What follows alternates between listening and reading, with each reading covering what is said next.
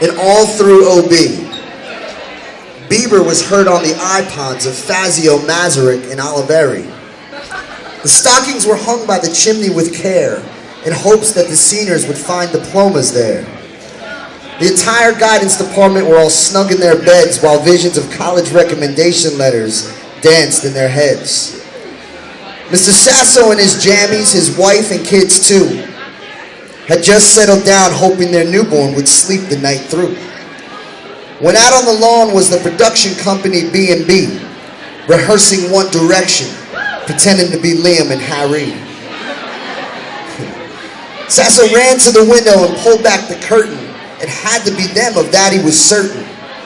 He put on his bathrobe and ran down the hall, picked up his iPhone, gave Citadino a call. David. The line was busy, so he tuned to Channel 1. Miss Walsh and Gajewski, the nightly wrap-up had begun.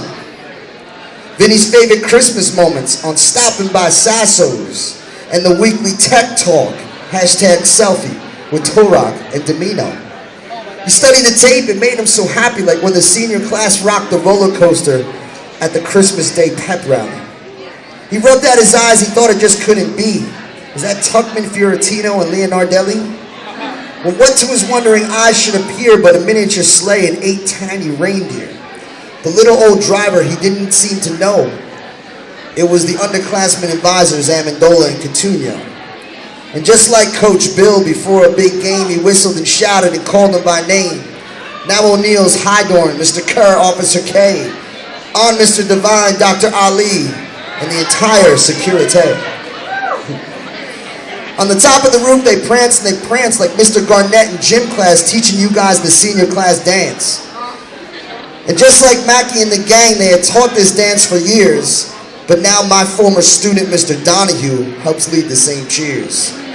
So over the housetop, the reindeer, they flew with a sleigh full of goodies from the cafeteria crew. And then in an instant, voice I recall sounded like Mrs. Mauer shouting, "Pizza, pizza, pizza to all." Down the chimney he came with a running little late. He stopped in for free advice from the kind Mr. Waite. He was dressed for winter, ready to fulfill all the dreams. He listened to Wasserman and Goodman and agreed to go green. But he had no ID tag. He didn't have to wear it, but he did have a signed yearbook from Ms. Bonk and Mr. Garrett. A bag full of presents. The bag weighed a ton. He wore a Do the Right Thing t-shirt designed by Miss Morrison. His cheeks were all red, as well as his suit. He was all jacked up, like our own Mr. Bayuk. His tiny little mouth broke into a grin, like the one we always seem to see on the sweet Mrs. McGinn. Among his goodies were gifts for families in need, due to the student activity planning to give back by the wonderful Mrs. B. He had a broad face and a round little belly. The first little house on his list was Mrs. Kelly. And the bags that he carried were made by Gucci, but not like the ones that were worn by Mrs. Lucci. He was all full of smiles, a jolly old fellow. He reminded him of guys like Lassen and Bolello. A tweet hit Sasso's phone from his favorite Twitter feeds.